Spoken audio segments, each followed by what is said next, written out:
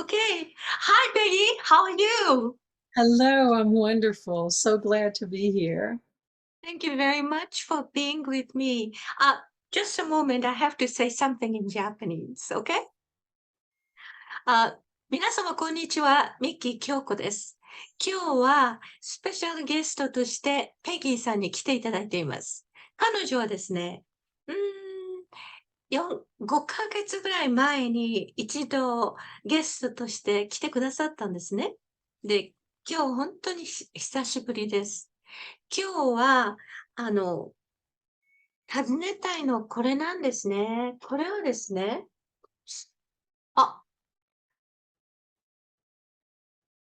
Rheumatoid arthritis。Rheumatoid arthritis というのは病気の名前なんですが、あの、この、oh, wow, I don't know why. It doesn't show very well. Rheumatoid というのは、リウマチ性のという意味なんですね。そして、arthritis というのは関節炎という意味です。で、リウマチ性の関節炎。ペギーさんは、ローマトイドアートライタスにかかっていらっしゃいました。でも元気になられたんですよ。で、今日はその彼女の体験談を伺いたいと思います。Peggy, thank you very much for waiting. Yes. I said in Japanese that I'm going to ask you about rheumatoid arthritis. Mhm. Are you ready? I'm ready. Well, the first question I have for you is that uh, how it started, how you realized something was wrong with you. Well, it was a very long journey, and it was in two parts really. Um, the First of all, let me say that I very much believe that our illnesses and accidents are not really accidents. They're symptoms of our past events that have settled in our physical bodies.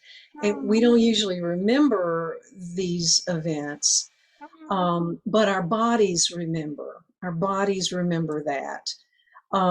It's like it's in our bones and our joints and our muscles. Our bodies remember. Um, mm, now, I want to say this is not about judgment about anyone having an illness or an accident. It's not like we're consciously creating these illnesses.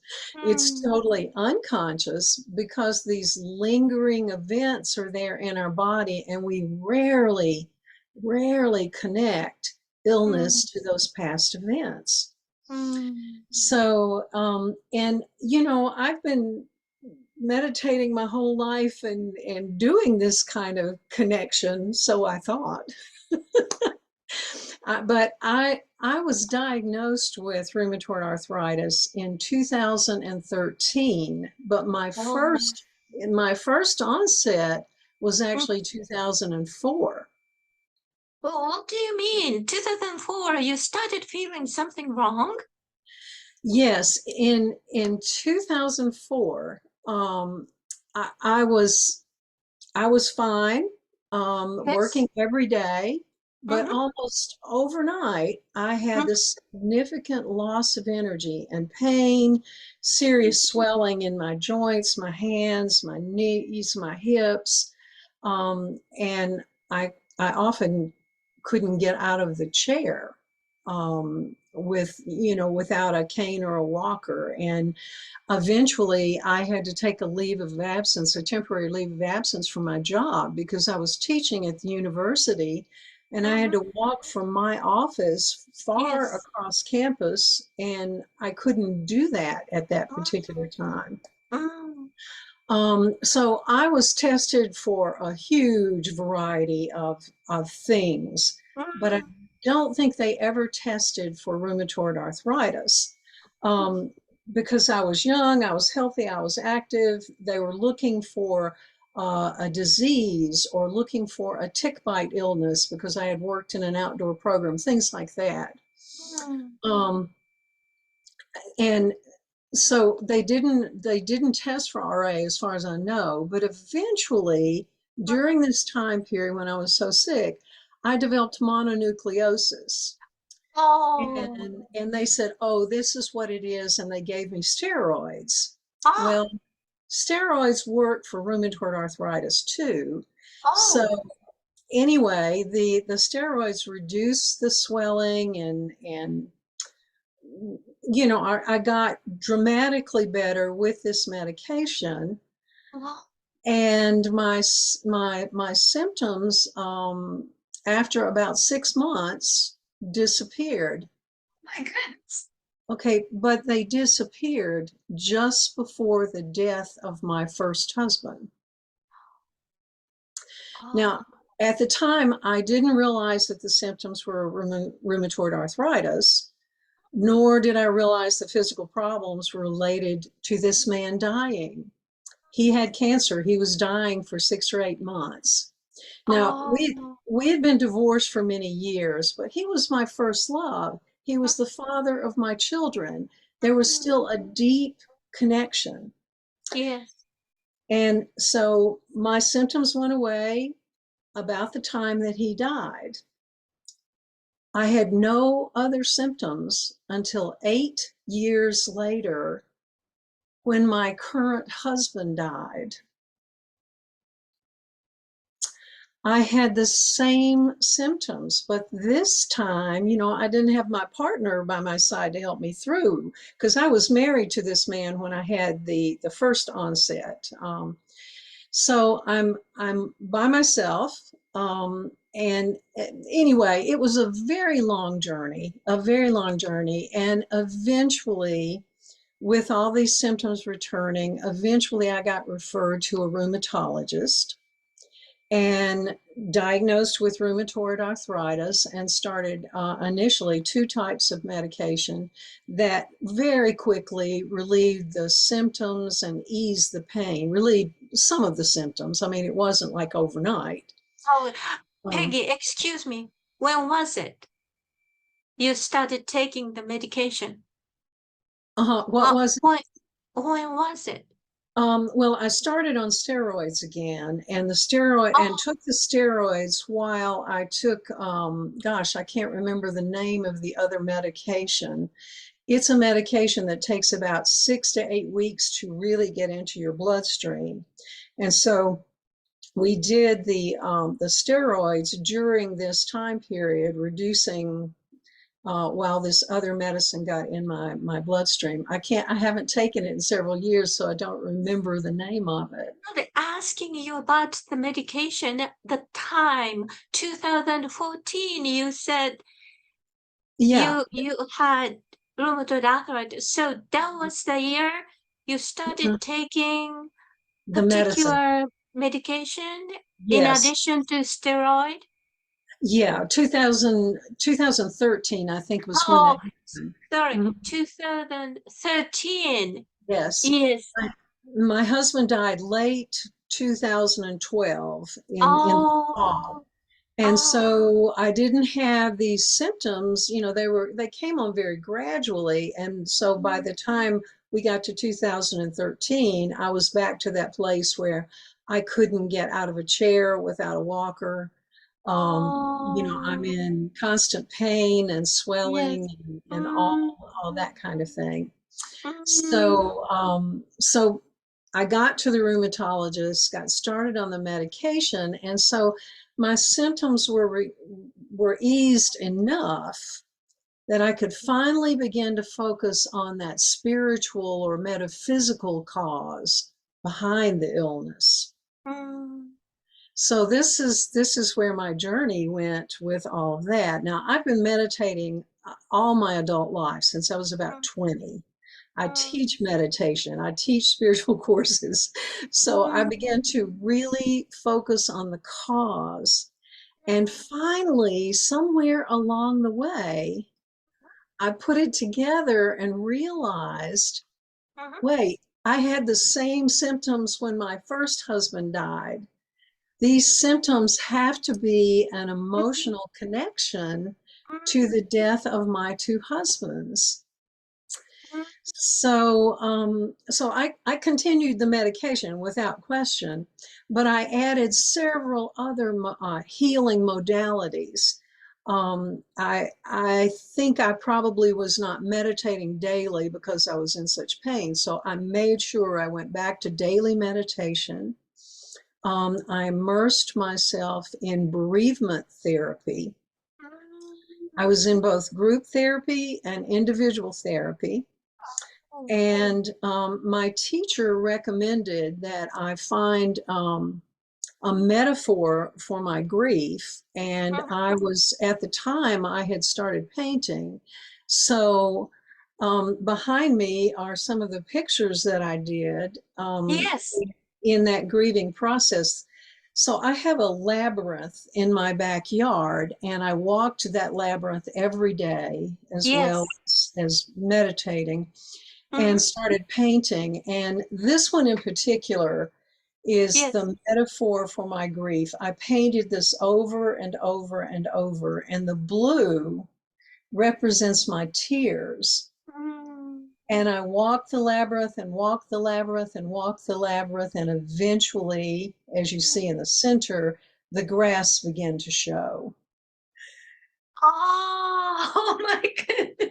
As I began to heal, my painting began to change so that the grass could be there. And this is one of the later ones when there was grass.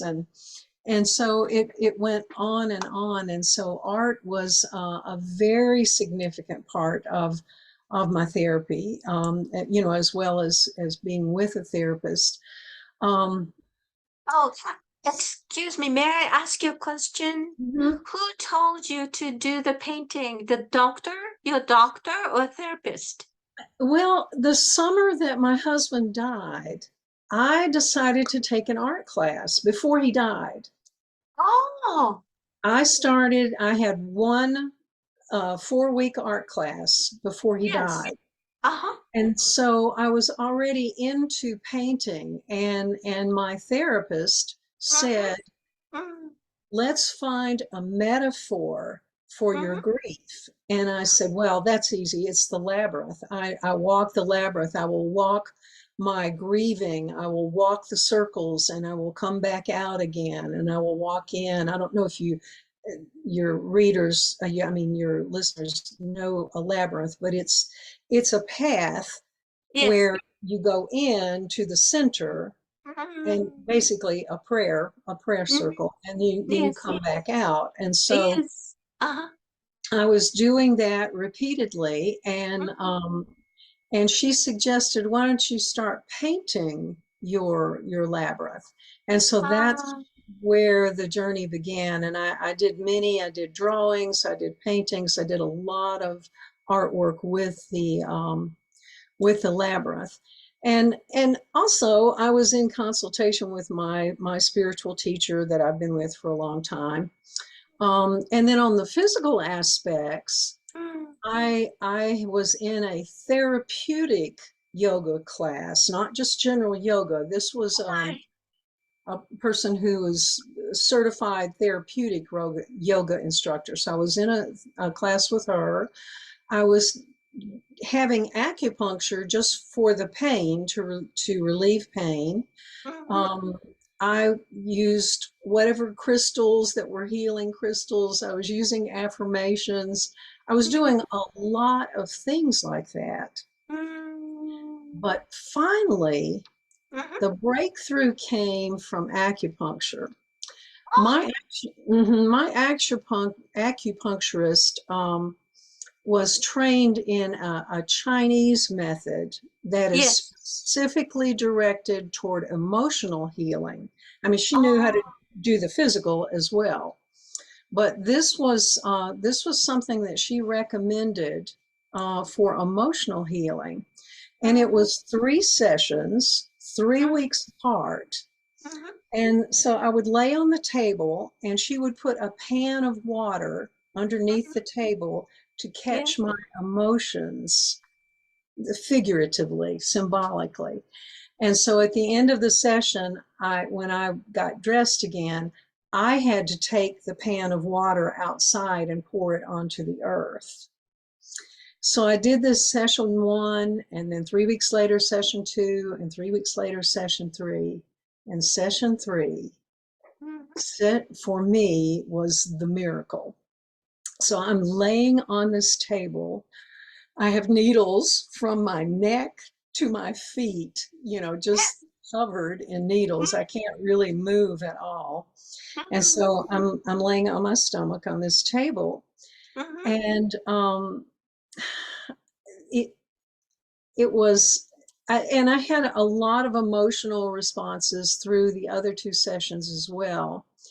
But at some point in this third session, in my mind, I experienced my body lifting off the table and beginning to fly, like flying over. It was like I could look down and see myself flying over this great cavern, rising higher and higher and higher.